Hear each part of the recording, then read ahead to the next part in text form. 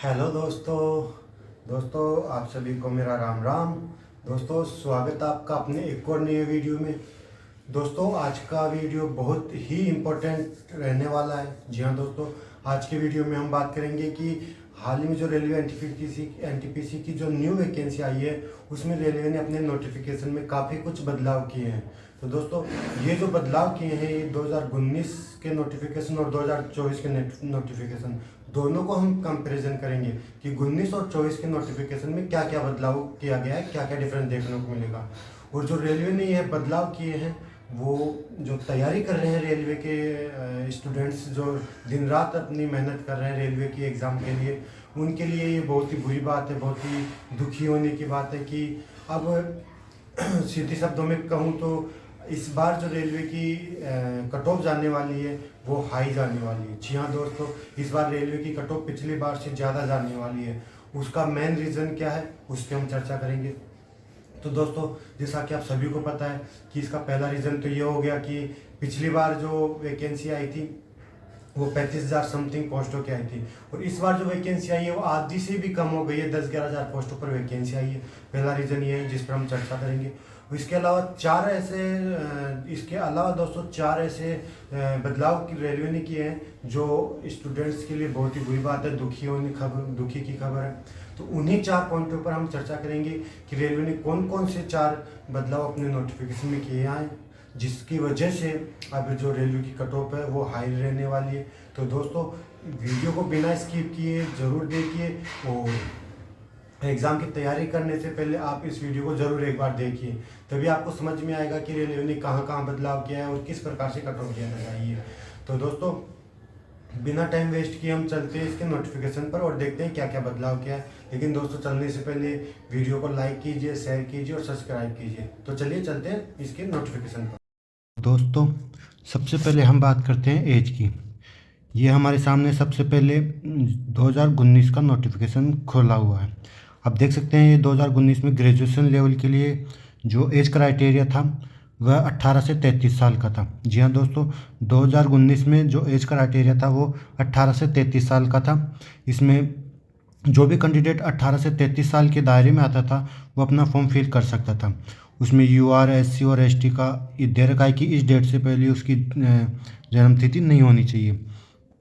वहीं अब हम 2024 की बात करते हैं जो हाल ही में नोटिफिकेशन रेलवे ने जारी किया है। उसमें जो ग्रेजुएशन का जो नोटिफिकेशन है उसकी एज क्राइटेरिया की बात करते हैं तो दोस्तों इसमें 18 से 36 साल का एज क्राइटेरिया दे रखा है। अर्थात आप देख सकते हैं इसमें 18 से 33 को बढ़ाकर 18 से 36 कर दिया गया है। तो मोटा मोटी हम बात करें तो इसमें 3 साल का एज क्राइटेरिया बढ़ा दिया है, जो कैंडिडेट के लिए एक खुशी की बात है कि जो कैंडिडेट अब 6 महीने से, 2 महीने से या साल 1.5 साल से एग्ज़ाम देने से रह रहे थे वो कैंडिडेट अब एग्ज़ाम भर सकते हैं। उनके लिए एक अपॉर्चुनिटी है, उनके लिए एक बहुत ही खुशी की बात है कि वो अब अपना एग्ज़ाम दे के तैयारी कर सकते हैं।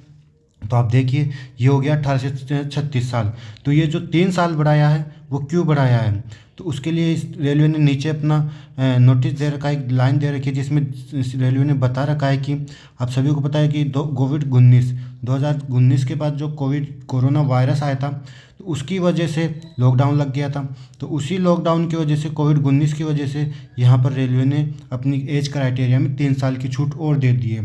तो दोस्तों ये तो था एज क्राइटेरिया जो इस बार रेलवे ने 3 साल बढ़ा दिया है। तो ये तो था अपना पहला टॉपिक। अब हम चलते हैं अपने दूसरे टॉपिक। तो दूसरे पॉइंट में हम बात करते हैं ग्रेजुएशन लेवल की पोस्ट की कि कौन सी पोस्ट क्या है। तो दोस्तों ये आप देख सकते हैं ये 2019 का नोटिफिकेशन है। 2019 के नोटिफिकेशन में आप अगर देखेंगे तो टोटल जो आप पोस्ट देखेंगे, टोटल पोस्ट आपको 8 पोस्ट देखने को मिली थी। पिछली बार टोटल 8 पोस्टों पर एग्ज़ाम लिया गया था ग्रेजुएशन लेवल पर। वहीं अगर आप इस बार 2024 के नोटिफिकेशन में देखेंगे तो 8 से घटाकर केवल 5 पोस्ट कर दी गई है। जी हाँ दोस्तों, इस बार 5 पोस्ट पर ही एग्ज़ाम लिया जा रहा है। 3 पोस्टें रेलवे ने कम कर दी है। तो वो पोस्ट हम देखते हैं कि कौन सी कम की है। तो आप देखिए कि 2019 में जो तीसरे नंबर की पोस्ट है सीनियर कॉमर्शियल कम टिकट क्लर्क अर्थात सीसीटीसी, ये जो सीसीटीसी की पोस्ट थी वो रेलवे ने इस बार हटा दी है जो लेवल 5 के तहत आती है। और दूसरी पोस्ट हम बात करते हैं सीनियर टाइम कीपर। तो दोस्तों सीनियर टाइम कीपर की जो पोस्ट है वो भी लेवल 5 के लिए थी, वो भी इस बार 2024 के नोटिफिकेशन में रेलवे ने हटा दी है। तो ये जो दो पोस्ट है वो ऐसी पोस्ट है जो इस बार रेलवे ने 2024 में इन दोनों पोस्टों को हटा दिया है, जो कि जो रेलवे की तैयारी कर रहे स्टूडेंट उनके लिए बुरी खबर है। और दूसरी बात करते हैं हम कि पिछली बार जो ग्रेजुएशन लेवल पर टोटल वैकेंसी थी वो 24,649 पोस्टों पर निकाली गई थी। जी हाँ दोस्तों, 24,649 पोस्ट पिछली बार ग्रेजुएशन लेवल पर निकली थी। वहीं अगर अब हम 2024 की बात करते हैं तो टोटल पोस्ट 8,113 पोस्टों पर देखने को मिली है। तो ये 8,113 पोस्ट इस बार ग्रेजुएशन लेवल पर निकाली है। तो दोनों में हम अगर आप डिफरेंस करें तो मोटा मोटी कम 16,536, जी हाँ दोस्तों, टोटल 16,536 पोस्ट इस बार रेलवे ने कम निकाली है। जो रेलवे की जो तैयारी कर रहे हैं स्टूडेंट उनके लिए बहुत ही बुरी खबर है कि इस बार इतनी कम वैकेंसी रेलवे ने निकाली है, लेकिन क्या करें, तैयारी तो करनी होगी। तो ये तो था 2019 और 24 का पोस्ट के बारे में। तो अब हम चलते हैं तीसरे टॉपिक पर। तो चलिए चलते हैं तीसरे टॉपिक पर। दोस्तों तीसरे टॉपिक में हम बात करेंगे कि प्री एग्ज़ाम के बाद कितने गुना कैंडिडेट को पास किया जाता है। आप सभी को पता है कि रेलवे एनटीपीसी का जो प्री एग्ज़ाम लगेगा तो उसके बाद जो मेन एग्ज़ाम लगेगा, तो मेन एग्ज़ाम के लिए सीट से कुछ गुना बच्चों को पास किया जाता है। तो उसी के लिए हम बात करेंगे। तो दोस्तों ये था हमारा 2019 का नोटिफिकेशन। तो 2019 के नोटिफिकेशन में रेलवे ने यहाँ पर आप देख सकते हैं जो येलो लाइन में वहाँ पर साफ साफ दे रखा है कि total number of candidate to be short listed shall be 20 time अर्थात 20 गुना बच्चे। जी हाँ दोस्तों, 2019 में प्री एग्ज़ाम जो पास करेगा, मतलब मेन एग्ज़ाम के लिए 20 गुना बच्चों को मेन एग्ज़ाम के लिए शॉर्ट लिस्टेड किया गया था। तो वहीं अगर हम अब 2024 के नोटिफिकेशन में देखें तो 2024 के नोटिफिकेशन में रेलवे ने यहाँ जो येलो लाइन है उसमें दे रखा है कि total number of candidate to be short listed be 15 time. जी हाँ दोस्तों, 15 टाइम।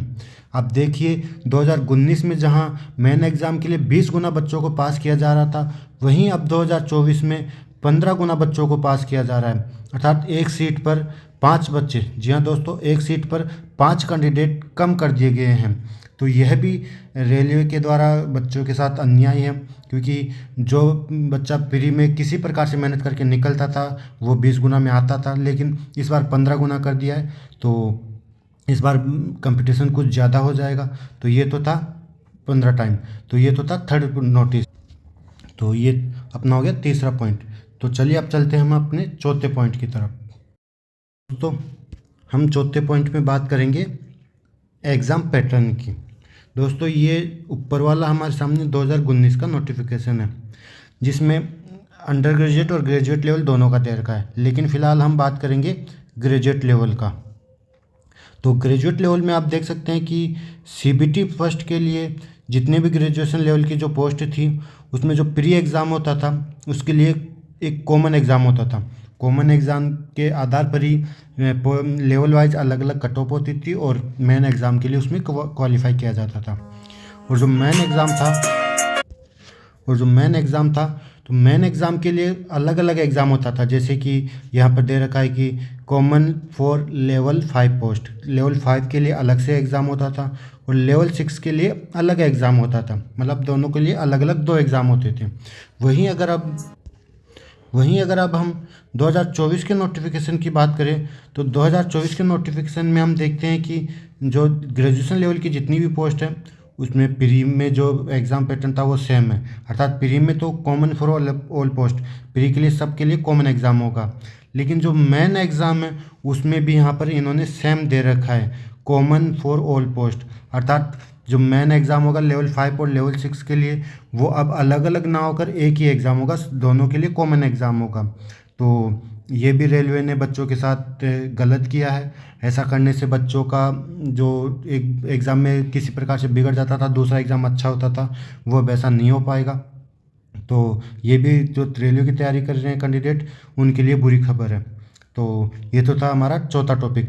तो दोस्तों ये 4 पॉइंट थे, ऐसे थे जो रेलवे ने इस बार के नोटिफिकेशन में चेंज किए हैं, जो मैंने आपके सामने बताए। तो वीडियो आपको कैसा लगा कमेंट करके ज़रूर बताइए, और वीडियो अच्छा लगे तो प्लीज़ चैनल को लाइक कीजिए, शेयर कीजिए, सब्सक्राइब कीजिए। थैंक यू, धन्यवाद, राम राम।